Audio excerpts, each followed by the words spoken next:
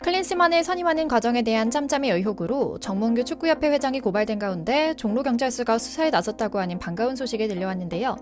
동시에 대표팀 감독 선임에 대한 밑그림도 그려지고 있다는 소식이 들려왔죠. A대표팀은 이제 2026년 북중미 월드컵 체제로 돌입하면서 바로 다음 달 아시아 2차 예선을 위해 21일과 26일 태국과 2연전을 펼칠 예정인데요. 64년 만에 아시아 정상 도전에 실패한 A대표팀이 이른바 탁구 게이트로 갈기갈기 찢어졌고 런던으로 직접 날아가 손흥민에게 사과했다는 이강인의 이야기는 있지만 얼마나 진실성 있는지는 한번 살펴봐야 하는 상황이죠. 당장 수십억대 광고 위약금을 물어주게 생겼고 의식 있는 팬들 사이에서의 여론은 이미 이강인의 완전 퇴출 판정을 내렸거든요. 이런 혼란스러운 분위기 속에서 감독은 가능한 국내파로 선임할 예정이라고 하는데요.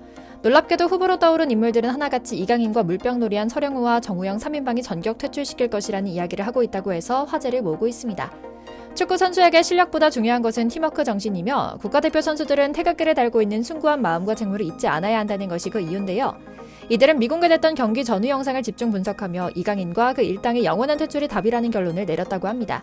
오늘은 한국 축구의 미래를 결정할 대표팀과 축구협회를 수습할 차기 감독 후보들이 미공개 영상을 분석하며 추가 징계를 논의하고 있다는 소식 이모저모를 전해드리려고 합니다.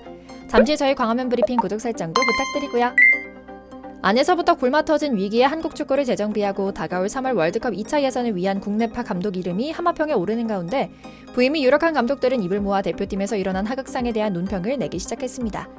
무엇보다 지금 중요한 것은 어지러운 분위기를 수습하고 위계 질서를 세워 기강을 잡는 일이 첫 번째 임무라고 입을 모으고 있고요. 벤투 감독 덕분에 잠시 잊고 지냈던 외국인 감독 통제의 어려움을 극복하고 한국 정서를 이해하며 선수단을 휘어잡기 위해 강력한 카리스마를 지닌 국내 지도자의 대표팀 선임은 사실상 확정적인 일입니다.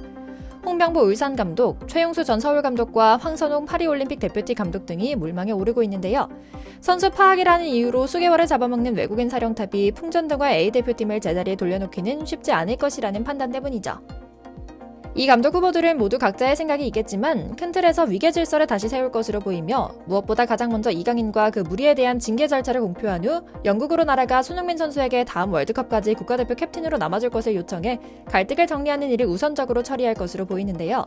징계하냐 마냐에 대한 이야기는 이제 징계는 피할 수 없다로 정리된 것도 고무적인 소식입니다. 최초 이 소식을 폭로했던 영국 더선은 최근 보도에서 갈등을 만든 이강인에 대한 징계가 먼저 이뤄질 것이다. 이어 축구협회 내부의 조사위원회는 이미 일명 물병 3인방이라 불리는 이강인과 어린 선수 무리에 대한 철저한 내부 조사를 마쳤고 다른 대표팀 선수들과 코칭 스태프에게 증언을 수집했다. 군면제 취소라는 일은 전무후무한 일이기에 법리 검토를 맡겨야 하지만 많은 팬들은 이미 이들에게 국가대표로서 어떤 자격도 없다고 말하며 군면제 혜택도 박탈해야 한다고 말한다라고 하며 소식을 전했죠. 이강인과 그 가족들의 만행에 대한 폭로도 잇따라 나오고 있습니다. 특히 최근 가족회사를 운영하며 10여억 원의 광고 계약을 수주해준 광고 대행사에 단돈 50만 원의 차비만을 지불하며 이거 먹고 떨어져라 식으로 대했다는 수수료를 일체 주지 않고 해외까지 한국 과자 배달을 지시했다는 사실이 드러나며 사태는 더욱 심각해졌죠. 몇몇 언론에서는 심지어 이 사태를 비유해 제2의 박수홍 사태로까지 번질 수 있으며 수십억대 광고 위약금뿐 아니라 다가오는 세무조사까지 확대될 수 있을 것이라고 보는데요. 이강인의 인성교육 하나로 선수 커리어뿐 아니라 가족 전체의 실체가 드러나며 발본색원할 것이라는 이야기까지 나오고 있죠. 놀랍게도 베트남 구단 고문으로 베트남 축구계로 돌아간 박항서 감독 역시 한마디 남깁니다. 상상도 할 수 없는 일이 한국 국가대표팀의 선수들 사이에서 발생했다. 히딩크가 원했던 선후배 간의 자유로운 모습은 하극상과는 거리가 멀었다. 당장 기강을 잡아야 한다며 철저한 강경파 목소리를 냈죠. 이처럼 확실한 것은 국내파 감독, 그 누가 지휘봉을 잡아도 사태의 중심에 있는 일명 물병 3인방의 징계는 불가피해 보인다는 건데요. 이강인이 직접 런던으로 날아가 손흥민 선수에게 진심 어린 사과를 했다고 하지만 사건은 그렇게 쉽게 마무리되지 않을 것 같습니다. 처음부터 이렇게 나왔으면 예전 김민재 국가대표 차출 불평, 손흥민 언팔로우 사건처럼 유야무야 넘어갈 수도 있었을 겁니다. 하지만 이강인은 처음부터 변호사를 내세워 변명과 강경 대응 경고만을 날렸기 때문에 수백억씩 받아먹던 광고비를 토해내는 것은 물론이고 수십억대 위약금까지 물어내야 할 상황이죠.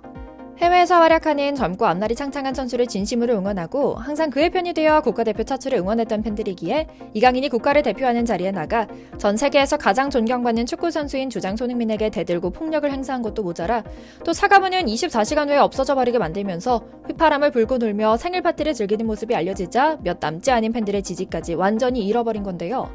그런데 이런 사태를 파악한 이강인의 소속 구단 PSG 또한 구단의 평판과 명예를 지키기 위해 이강인에 대한 내부 징계를 고민 중이라고 합니다. 단순 출장 정지가 아니라 구단 차원의 대대적인 투자를 있는 그대로 망쳐버린 데 대한 별도의 심층 조사가 이뤄지고 있다고 하는데요. PSG는 이번 일로 당장 현금 수백억을 날리게 생겼거든요. 특히 한국에 3년간 580억을 직접 투자해 PSG 스토어와 오프라인 축구 교실을 계획 중이었던 PSG는 한국 축구팬과 광고주들이 이강인 지우개에 나서자 손해보며 모든 계획을 철회했으며 이번 여름 예정되었던 한국 투어 또한 전격적인 취소가 유력해져 카타르 구단주는 이강인을 작심 비판하기 시작했다는 소식도 있죠. 경거망동하며 교만하게 행동한 대가를 톡톡히 치르게 될 예정인데요. 이강인이 받을 것으로 예상되는 징계는 우선 축구선수로서 가장 명예로운 자리인 월드컵 출전을 금지시키는 국가대표 자격 5년 박탈입니다. 현재까지 하마평에 오른 감독 중 가장 앞서 있는 후보는 홍명보입니다. 이미 경험이 있고 이른바 고대 학연 축구를 펼치며 욕을 대차게 먹었던 인물이지만 또 놀랍게도 고대 출신인 정몽규 회장이 홍명보를 정말 좋아한다고도 하는데요. 그럼에도 카리스마 하나로 선수들을 한데 묶는 데는 정통한 인물이라는 점에는 여론도 의견을 한데 모은다고 하죠. 하지만 놀랍게도 홍명보 감독 스스로의 뜻은 정반대입니다. 과거 축구협회의 간절한 요구에 국가대표 감독직을 수락했지만 너무도 시달렸으며 다시는 돌아가고 싶지 않은 자리라 밝혔던 전적이 있고 당시 김판공 감독과 함께 협회에서 행정가로서 한국 축구의 발전을 위해 절차대로 자신의 선수 경험과 감독 경험을 살려 최선을 다해 일했지만 결국 젊은 사람들이 너무 나댄다는 협회 임원들의 반발로 결국 쓸쓸히 축구협회를 떠날 수밖에 없었다는 이야기가 돌고 있기 때문입니다. 하지만 국가대표팀 선배로서 현재 기강이 해이한 대표팀을 정신 차리게 할 수 있는 감독은 홍명보나 최용수 감독 같은 대선배밖에 없다는 이야기에 이들 중 하나는 대표팀 감독직을 수락할 수밖에 없을 것 같습니다. 최근 선임될 감독 선임에 힘을 올리고 있는 협회는 감독 후보들을 만나 지난 아시안컵 사우디와 호주전 경기 미공개 영상 하나를 보여주고 있다고 합니다. 분명 쉽게도 갈 수 있었던 사우디전과 호주전에서도 이강인이 약속된 플레이를 펼치지 않고 경기장 위에서 하극상을 펼친 모습이 담긴 미공개 영상을 공유하며 감독 후보들의 전의를 불태우는 전략을 쓰고 있는 건데요. 해당 영상을 보고 나면 이강인 선수와 그 무리에 대한 징계를 고려하지 않을 수 없었을 겁니다. 체력적 한계에 놓인 상황에도 최선을 다해 오버래핑으로 공간을 창출해낸 오른쪽 윙백 김태환 선수에게 의도적으로 공을 주지 않는 모습이 계속해서 나왔고 무리한 공격을 시도하다 역습을 허용하여 경기장 위에서 김민재가 수습한 이후 이강인에게 고함을 쳤던 장면 등 팀 분위기를 저해하는 이강인과 그 무리의 행동이 한두 번이 아니었기 때문입니다. 결국 요르단전 모두가 알고 있는 그 장면, 황인범 선수가 상대의 압박을 받고 있는 이강인을 향해 오픈 찬스에 있는 손흥민 선수에게 공을 전달하라 손짓까지 하였지만 이를 가볍게 무시해버렸고 이 과정에서 공을 빼앗기며 역습에 극복할 수 없는 추가골을 헌납한 모습으로 이어졌고요. 손흥민 선수가 런던에서 이강인과 만나 어떤 이야기를 어떻게 했고 이강인이 진심으로 그 행동을 했는지는 모릅니다. 손흥민 선수가 차기 감독을 만나 대표팀 주장직을 수락하며 태극마크를 유지할지도 모르는 일입니다. 팬심으로는 그가 대표팀 은퇴 후 클럽에서 행복축구하기만을 바랄 뿐입니다. 하지만 또 우리 미련한 손이는 한국 대표 선수로서의 책무를 느끼고 뛰겠지 싶은 생각도 들어 씁쓸한 미소가 지어지는데요.